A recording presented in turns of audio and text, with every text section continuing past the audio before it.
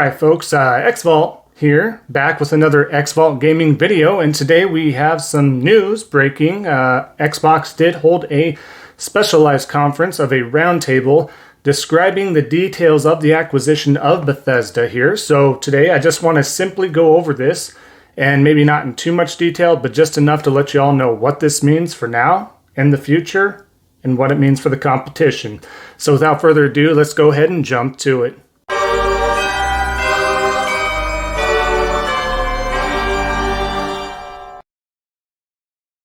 All right, so with this here, the news did break as the conference was going on today, earlier this morning or late afternoon, depending where you were. But they did go over that. They had the Bethesda devs and they had Phil Spencer himself, as well as some others, kind of just go around of what this acquisition means to the company, what it means to the gaming community, and what's it mean to the Xbox community at the forefront. So ultimately, what they did go over is some more details, and Phil Spencer did go outright and mention what this truly means.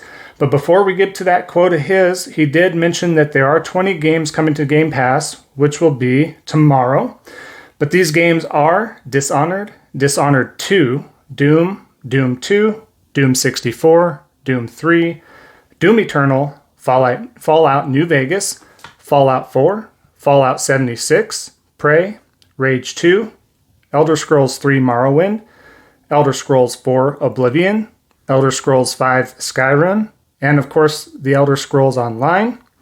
We also have The Evil Within, Wolfenstein The New Order, Wolfenstein The Old Blood, and Wolfenstein Young Blood. Of these, all but Morrowind, Oblivion, The Elder Scrolls Online, and Fallout New Vegas will be available through xCloud Play for Xbox Game Pass Ultimate members. So, just a reminder here, you can subscribe. There is a 3-month Xbox Game Pass Ultimate for $44.88. Not that bad of a deal. So this is a great value as well. But the reason I want to bring this up is because those are coming out right away. There are a few things missing, such as Rage 1, Wolfenstein 2, and some odds and ends here and there. So that's kind of odd, but I'm sure those will be coming, and who knows what's holding those up as of right now. But as of tomorrow, you can experience those via the Xbox Game Pass, of course. So what I want to touch base on here, though, is that Phil did come out. And I am a little shocked, but I'm not. And I'm happy for this. I really am. So he did come out and say, to quote, "Obviously, I can't sit here and say every Bethesda game is exclusive, because we know that's not true. There's contractual obligations that we're going to see through. And as we always do in every one of these instances, we have games that exist on other platforms, and we're going to go support those games on the platforms they're on. There's communities of players. We love those communities, and we'll continue to invest in them. And even in the future, there may be things that have contractual things or legacy on different platforms that we'll go do." He does go on to say, "But if you're an Xbox customer, the thing I want you to know is that this is about delivering great exclusive games for you that ship on platforms where Game Pass exists. That's our goal. That's why we're doing this. That's the root of this partnership, and that's what we're building. And the creative capability we'll be able to bring to the market for Xbox customers is going to be the best it's ever been for Xbox, and we're done here." So, yeah, that says a lot. So what does that ultimately say and do? That says that it is exclusive to the Game Pass Ultimate or Game Pass in general. You're getting those games on day one. So he's going to follow through with games like Deathloop and Ghostwire Tokyo that are timed exclusives for the PlayStation. But any future games from Bethesda, doesn't matter if it's the team from Doom, the team that works on Fallout, the team that works on Elder Scrolls, the team that works on Wolfenstein, however they want to break that up, that means anything going forward will stay in that community of Game Pass, that continuity of Game Pass.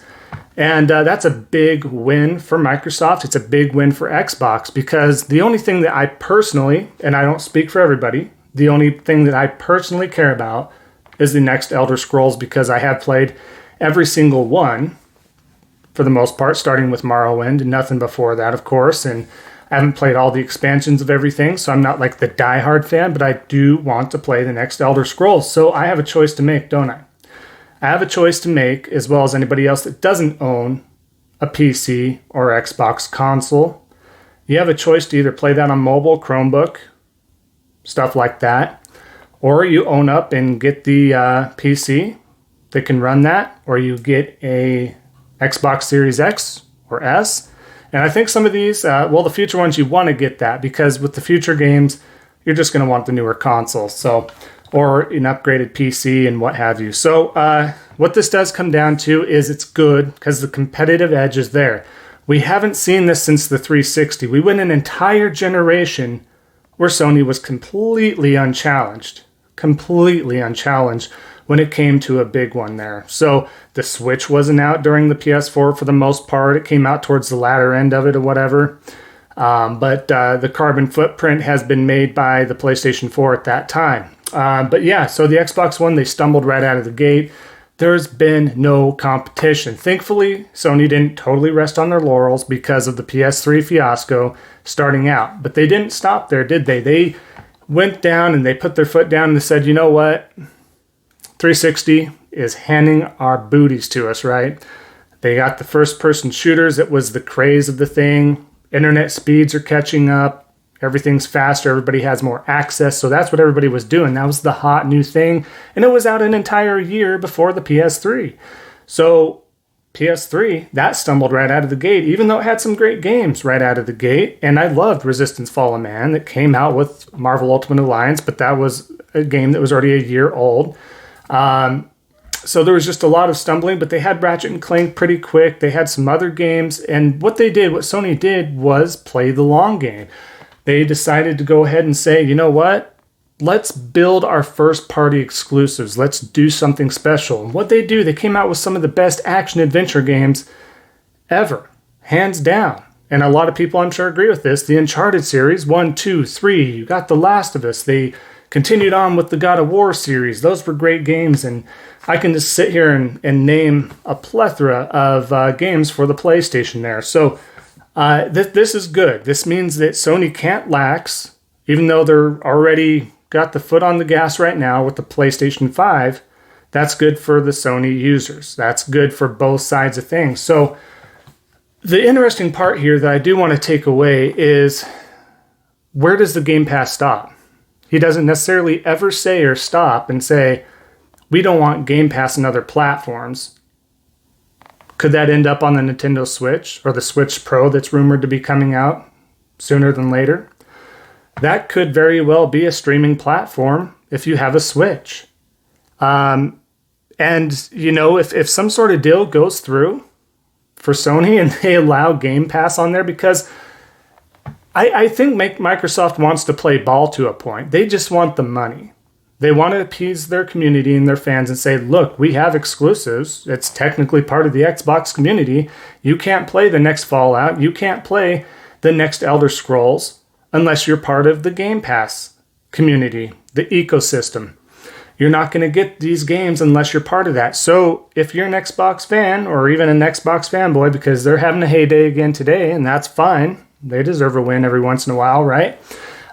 So this is good. This is good for them. And but it's like I said, to circle back to the points, is it out of the question that Game Pass doesn't end up or will end up on the PlayStation console itself? That very well could happen, because what matters to a business? Money matters to a business. You got to keep your fans and your community happy, but money trumps all, right? So with that on there, if you're using the ecosystem of Game Pass on a Sony console, on a Nintendo console, guess what happens? They make money regardless. You're still spending the money to play the game on there, whether you're streaming it, downloading it, whatever. You're playing it on an Android device, a mobile device, a smart TV eventually, this and that. That's money in their pocket because you're subscribing to that Game Pass. So it is a brilliant thing. It is a long game. It is something that they've been working on, I'm sure, analytics and whoever's getting paid to follow this sort of trend. I knew it was coming. Others knew it was coming. You just kind of had to play the waiting game. We're still playing the waiting game. We know how quick and fast Bethesda releases games. Let's be honest here. And when they do, they're buggy as crap. So it's good. I'm glad to see it. If I truly want to play the next Elder Scrolls and it's the Game Pass isn't on, a Nintendo platform or a Sony platform, I'll probably play it on mobile. I have Chromebooks. I have other things. By the time that the next Elder Scrolls rolls around, let's be honest, we'll probably have smart TVs that can stream Game Pass itself, So they're going to get the money either way. They're going to get my money either way due to that. My only concern with this is I hope, like I mentioned in my previous video, I hope they don't do what they did to Rare. Rare has never been the same since they've been acquired by Microsoft. And it shows with all the previous games, and it showed with Sea of Thieves. And I don't think it's because Sea of Thieves is a bad game. I think that needed to bake in the oven a lot more, hence why there's a lot more content right now. If they were to go back and have the content they have now and have that on day one, I think that would be a lot more receptive. But I think Microsoft might get in there, and that, again, you're looking at financial reports, quarterly reports, investors and stuff like that are on these companies and say, we need this released. We need it released right now.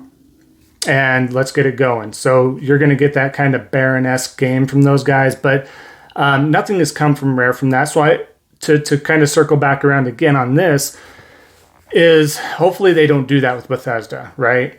The negative side of this is they get their hands too much into Bethesda and the quality goes down even more, or they rush a game out, or this and that. So I haven't been proven myself from what I've seen of what Microsoft is able to offer first party wise aside from a Halo game, and we had a little bit of a fiasco with Halo Infinite, hence why that's pushed back and got delayed big time.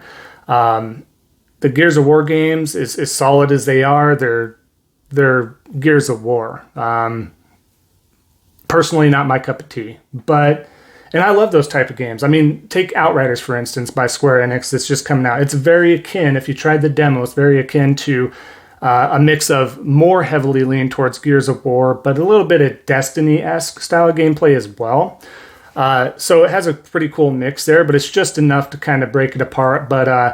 And it feels that kind of heavy weightedness when you're running around and everything like Gears of War. But not to get off topic there, it's just hopefully it works out. Hopefully it doesn't affect Bethesda negatively. Hopefully it doesn't affect gamers negatively in a way as far as that quality is concerned. And I am super interested to see what the future holds and where Game Pass goes. In the future, Microsoft could just be everywhere. And they're going to phase out, like we said, their console eventually.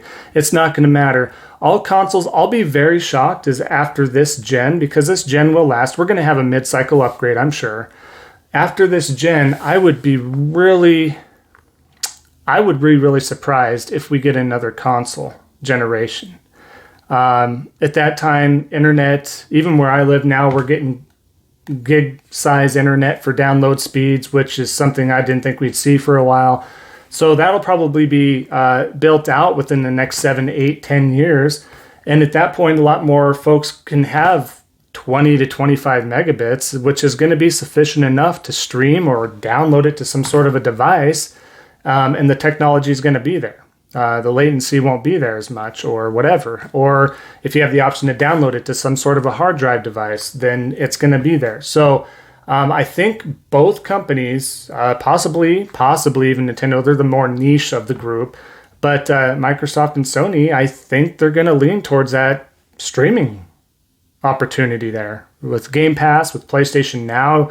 And you're going to see PlayStation Now really start to change in the next few years, especially with that competitive edge with Game Pass, because PS Now, which I have in a previous video, if you want to check that out, has the similarities, pros and cons to each as well, and what they both have to offer. But they're both pretty similar, with Game Pass obviously being the better of the value and the better of the games right now, you could say, because there's just not as much on the library of PlayStation Now, but there is a lot. The biggest caveat is the fact you cannot download those PlayStation 3 games. Those have to be streamed, and there is a latency issue, and I'm not a fan of that. So I do download every PlayStation Now game if I do sub for that for the month. So there's going to be a lot of changes there. PlayStation's come out with PSVR 2. Obviously, Microsoft mentioned about the HoloLens. We'll see what happens there.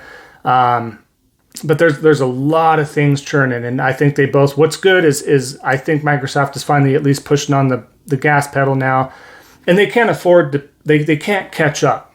They can't catch up unless they're buying these studios and grabbing them. The only way they could have caught up is if they started doing what Sony was doing back on the PlayStation 3 and home growing those first parties, exclusives and such like that in the contents. But, the possibilities are there, but it's everywhere. Like I said, I'm excited because that competitive edge means we as consumers and gamers win. We win in the end, ultimately.